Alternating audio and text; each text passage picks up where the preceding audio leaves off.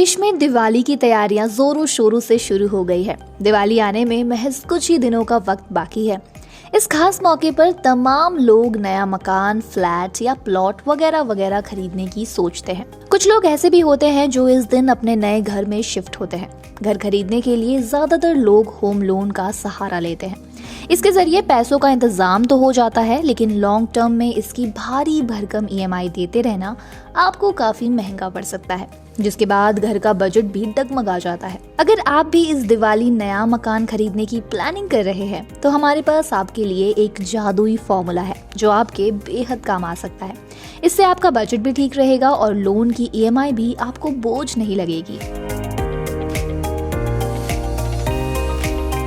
Financial expert ये मानते हैं कि मकान या फ्लैट खरीदने के मामले में हर किसी को, खासकर एक नौकरी पेशा को 3-20-30-40 का फॉर्मूला अपनाना चाहिए। इससे मकान खरीदने के बाद भी परिवार पर बहुत ज्यादा दबाव नहीं पड़ेगा और घर का बजट भी नहीं गड़बड़ाएगा। यहाँ 3 का मतलब है आप जो भी मकान खरीदने जा रहे हैं उसकी लागत आपकी टोटल एनुअल इनकम से 3 गुना से ज्यादा नहीं होनी चाहिए। फॉर्मूला में 20 की बात करें तो इसका मतलब लोन के टेन्योर से है। एक मिडिल क्लास आदमी को इतने बड़े खर्च के लिए लोन की जरूरत पड़ती ही है।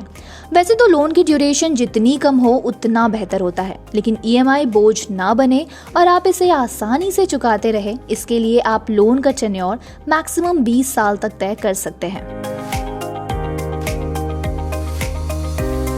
अब बात करते हैं 30 का, जिसका मतलब आपकी EMI से है।